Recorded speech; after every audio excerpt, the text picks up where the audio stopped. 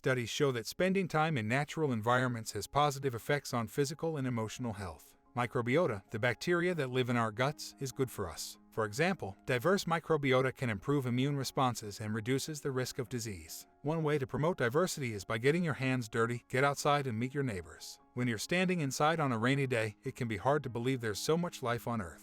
Most people today stay in urban centers and have little connection with nature regularly, and according to American ecologist and entomologist Robert Pyle, this is resulting in the extinction of experience. It is great to go out and have an interaction with the outside world. Unfortunately, we have lost that connection. We tend to feel calmer when we are having a first-hand experience with nature. According to biologist E.O. Wilson's biophilia hypothesis, this is a preference that's coded in your DNA. Even if we don't feel a strong connection with nature, our brains are heavily influenced by our evolutionary past. Newer researches also show that we are connected to nature and we are rooted in the distant genetic past. Wilson also argues that we humans have an animacy instinct. We're naturally attracted to anything that has the appearance of life. This is why flowers and butterflies appeal to us more than objects like beer cans. A study in 2008 also proved this and showed that newborn babies prefer to watch moving images of animals rather than random moving dots. And also according to a new study as well in which they were shown videos of walking hens, caterpillars, and humans. This further proves that we are meant to connect with the outside world.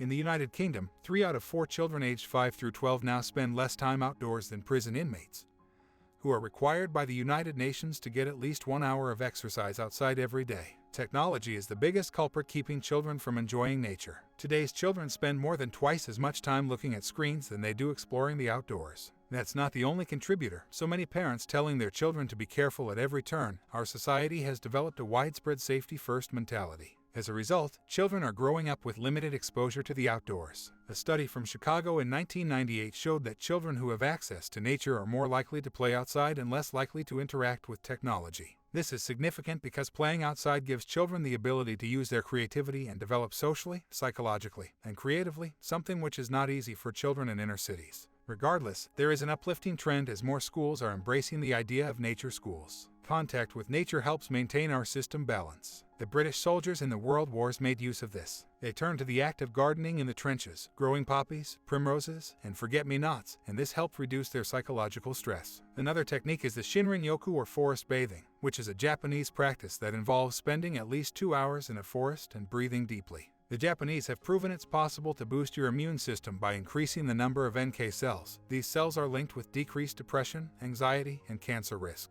Spending time in nature can have healing effects on people's mental health. For people with psychosis or schizophrenia who are receiving conventional treatment, spending time in nature is also an